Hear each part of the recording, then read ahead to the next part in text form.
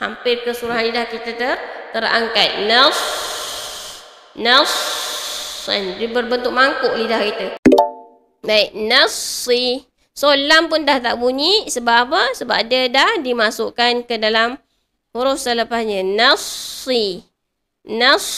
Kita tak perlu dah hidupkan lam tu. Nasi. Tak perlu dah. Okay. Terus masuk pada huruf sad. Okay, sad yang bunyi lah.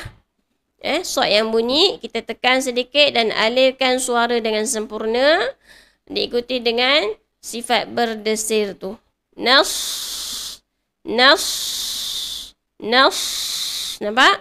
Ada bunyi berdesir tu. Dan pastikan bunyi dia tebal dan terkepung. Tebal dan terkepung. Ataupun tertutup pun boleh juga. Sebab hampir keseluruhan lidah kita terangkat. Nas.